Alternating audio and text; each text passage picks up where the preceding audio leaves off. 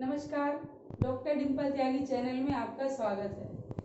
ठीक है बेटा जी, आज हम इस वीडियो में रस की परिभाषा और उदाहरण सीखेंगे। रस की जो निष्पत्ति है वो कैसे होती है, कैसे बनता है, ये मैं आपको वीडियो डाल चुकी हूँ। उसके लिए आप चैनल को सब्सक्राइब जरूर करें, सारी वीडियो आपको मिलती रहेंगी। ठीक है बेटा, चलिए शुरू करते हैं। रस की परिभाषा एवं उसके उदाहरण। तो सबसे पहला जो रस है वो है श्रृंगार रस। अब इसमें ना है क्या कि कई बार अगर संख्या में मतलब आपकी जो ये हम लिखते हैं रस के नाम, वो ऊपर नीचे हो जाए उससे कोई फर्क नहीं पड़ता। ऐसा जरूरी नहीं है श्रृंगार ही सबसे पहले आएगा, लेकिन श्रृंगार रस सबसे पहले इसलिए लिखा जाता है क्योंकि रसों का राजा माना गया है ये। ठीक है, तो इसमें क्या चीजें बतानी है आपको, एक तो स्थायी भाव बताना है, उदाहरण बताना है और परिभाषा देखनी है। अब श्रृंगार रस की जो परिभाषा है उसमें क्या है कि नायक और नायिका का सहज आकर्षण है, यानी प्रेम भाव। इसलिए इसका स्थायी भाव क्या हो गया, रति, क्योंकि रति का अर्थ भी क्या होता है, प्रेम होता है। समझ में आ गया आपको। श्रृंगार रस किसका होता है, कौन सा होता है कि जहां पर काव्य में नायक और नायिका का सहज आकर्षण दिखाया जाए या दोनों में प्रेम भाव दिखाया जाए, वहां पर श्रृंगार रस होता है। प्रकृति के प्रति भी श्रृंगार रस होता है, जरूरी नहीं है नायक और नायिका का ही है। प्रकृति के प्रति भी अगर आपका प्रेम है तो वो भी श्रृंगार रस में आता है। ठीक है बेटा, तो इसका स्थायी भाव क्या है, रति है। अब श्रृंगार रस दो प्रकार के होते हैं, एक होता है संयोग श्रृंगार रस और दूसरा होता है वियोग श्रृंगार रस। जैसा कि शब्दों से ही आप समझ गए होंगे, संयोग का अर्थ क्या होता है, मिलन से होता है, यानी जहां पर मिलने का भाव हो या मिलकर खुशी उत्पन्न हुई हो वहां तो संयोग श्रृंगार होगा, और जहां बिछड़ने का भाव होगा, विरह होगा। ठीक है, बिछड़ना क्या होता है, विरह होता है, यानी एक अलग है दूसरा अलग है, तो उन दोनों की जो मन स्थिति है वो विरह वाली है, दुख वाली है, पीड़ा वाली है, इसलिए वहां पर कौन सा रस होगा, वियोग श्रृंगार रस होगा। ये बात समझ में आ गई। उदाहरण देखें, संयोग श्रृंगार रस। अब मैंने यहाँ पर भी प्रकृति के प्रति जो प्रेम है उसी का एग्जाम्पल लिखा है, जो कक्षा 10वीं की बुक है, उत्साह और अट नहीं रही है, कविता है क्षितिज में। समझ में आ गई आपको। तो उसमें आपकी एक पोयम है, अट नहीं रही है, उत्साह में दी गई है। तो उसकी लाइन है, पत्तों से लदी डाल कहीं हरी कहीं लाल। ठीक है, कि प्रकृति में जब वसंत ऋतु आती है तो कितना सुहावना मौसम हो जाता है।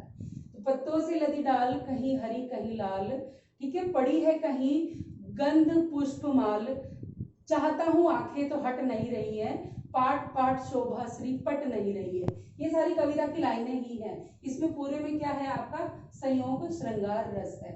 दूसरा एक और उदाहरण है, भगवान कृष्ण के लिए हमने दिया है, बतरस लालच लाल की मुरली धरी लुकाए।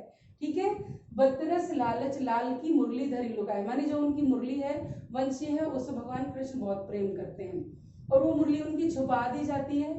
देने को जो वो कहते हैं तो देन कहत नटी जाए, यानी बोहनी हंसे ही।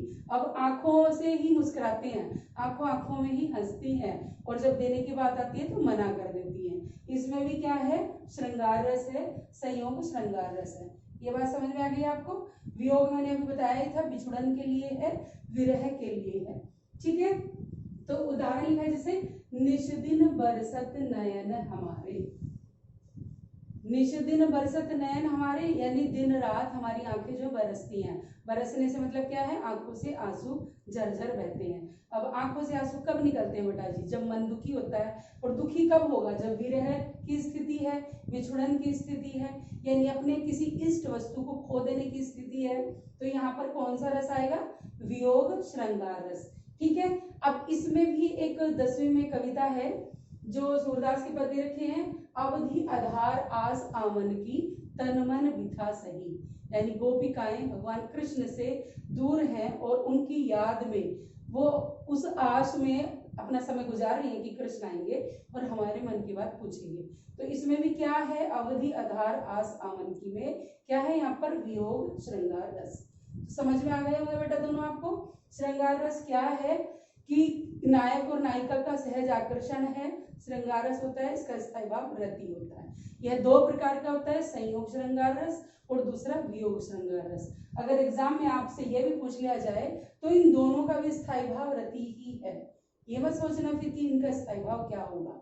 ठीक है, अब ये बात समझ गए। चलिए अब दूसरा देखते हैं, आगे है वीर रस। तो अब वीर का नाम सुनते ही वीरता का भाव, मन में उत्साह का संचार होने लगता है, तो इसीलिए इसका जो स्थायी भाव है वो क्या हो गया, उत्साह हो गया। अब उत्साह हमारे मन में कब आता है, जब किसी के दान, युद्ध, दया या बलिदान को देखकर मन में उत्साह का संचार होता है, तो वहां पर वीर रस होता है। समझ में आ गई आपको कि काव्य में अगर हम पढ़ते समय, सुनते समय किसी की कथाओं को या जो भी है उसमें अगर उनके द्वारा दी गई दान से, युद्ध से, दया से या बलिदान से हमारे मन में उत्साह का संचार होता है, तो वहां पर वीर रस होता है। जैसे आपने झांसी की रानी की जो कथाएं सुनी हैं, उनकी जो कविताएं सुनी है, वो सब वीर रस में आती हैं अधिकतर। ठीक है, जैसे एक मैंने यहाँ पर लिखी है, चमक उठी सन 57 में, यानी चमक उठी सन 57 में, जो तलवार पुरानी थी, खूब लड़ी मर्दानी, वह तो झांसी वाली रानी थी। ये बात समझ में आ गई आपको। ठीक है, तो ये क्या है, ये वीर रस का उदाहरण है। एक और है, वीर तुम बड़े चलो, धीर तुम बड़े चलो, सामने पहाड़ हो, सिंह की दहाड़ हो। तो ये भी क्या है, वीर रस का ही उदाहरण है। तो ये चीज समझ गए बेटा जी। ठीक है, तो वीरता का भाव जहां पर हमारे मन में आ जाए, उत्साह का भाव जहां पर हमारे मन में आए, वह वीर रस होता है। ठीक है, नेक्स्ट है वात्सल्य रस। अब वात्सल्य रस का जो स्थायी भाव है वह वत्सल होता है। अब वात्सल्य का ही जो अर्थ है वह बच्चे के प्रति प्रेम है। ठीक है, छोटे बच्चे के प्रति प्रेम भाव, चाहे माता पिता का है या किसी पड़ोसी का है, तो वह वात्सल्य रस होता है। यानी बच्चे की चेष्टा, उसकी प्रतिक्रिया या फिर बोली से उत्पन्न जो बच्चे के प्रति प्रेम उत्पन्न होता है हमारे मन में, वह वात्सल्य रस होता है। और वात्सल्य का स्थायी भाव होता है वत्सल। ठीक है, अब यशोदा माँ के और कृष्ण के जो काव्य आपको मिलेंगे, उनमें आपको वात्सल्य रस मिलेगा। तो ये चीज ध्यान से समझना। ठीक है बेटा, जैसे उदाहरण है, जसोदा हरि पालने झुलावे, माने जो माँ यशोदा है वो कृष्ण को पालने में झुला रही है।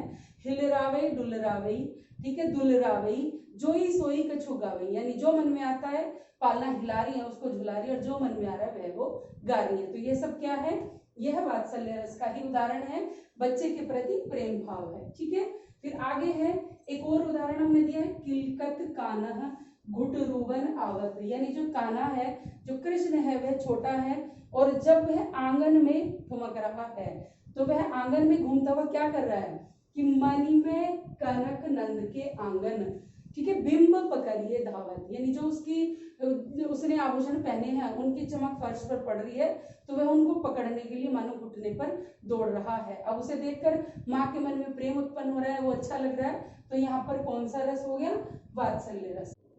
ठीक है बेटा जी, ये यहाँ तक समझ आ गया आपको, श्रृंगार, वीर और वात्सल्य। अब इसके बाद शुरू करते हैं रौद्र रस। रौद्र का अर्थ ही क्रोध होता है। अब क्रोध हमें कब आता है, जब किसी की धृष्टता देखते हैं, अपकारी जो वृत्ति होती है उसको देखते हैं, विरोधी स्वभाव को देखते हैं, या अपना अपमान, अहंकार, इन आदि से उत्पन्न जो क्रोध है वो वह रौद्र रस कहलाता है।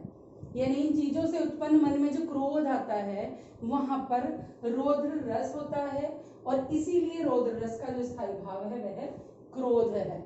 समझ में आ गई आपको। ठीक है, अब राम लक्ष्मण परशुराम संवाद पोयम है, उसमें कविता में लाइन है कि रेंद्रप बालक कालबस बोलत तो ही न संभार, त्रिपुरारी जो वाला जो धनुष है उसके जैसे कोई दूसरा धनुष नहीं है, यह जानता है सारा संसार, ये सब बातें जानता है। इस तरह की जो लाइनें हैं वो क्या है, रौद्र रस की ही है।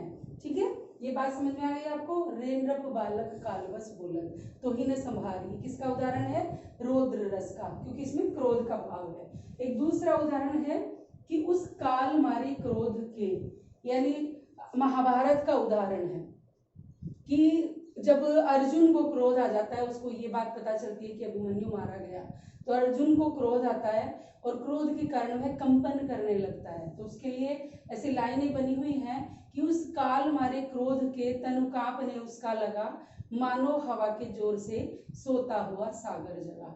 समझ गए? यानी क्रोध में कंपन ऐसे हो गई जैसे सागर में लहरें उठती हैं, कंपन आती हैं। तो यह सब किसका उदाहरण हो गया? रौद्र रस का। क्यों? क्योंकि इसमें क्रोध का भाव है। अब नेक्स्ट है करुण रस।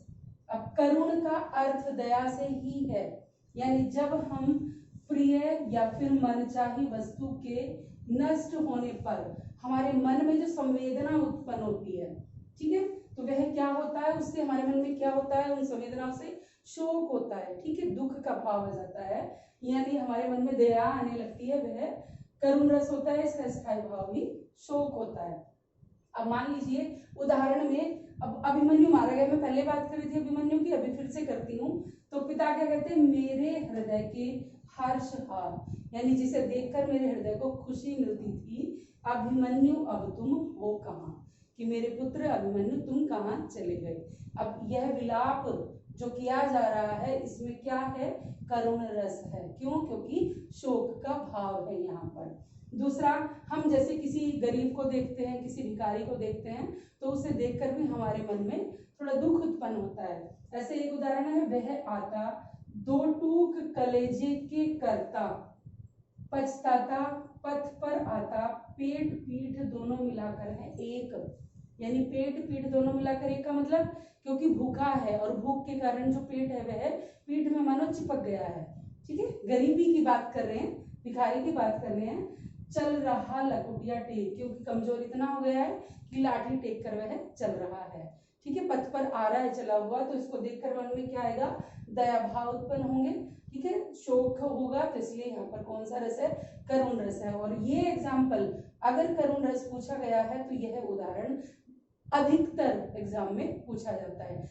ये एग्जाम्पल देख करके आपसे रस या उसका स्थायी भाव पूछ लिया जाता है। तो ये अक्सर देखा गया है बोर्ड के एग्जाम में। जो मैंने लास्ट वाला एग्जाम्पल लिखा है, मैं इसकी बात कर रही हूँ, ठीक है बेटा जी। तो ये अभी इतने हैं, अभी मैं आपको आगे इसको अभी दूसरे वीडियो में बताऊंगी, ठीक है बेटा। धन्यवाद।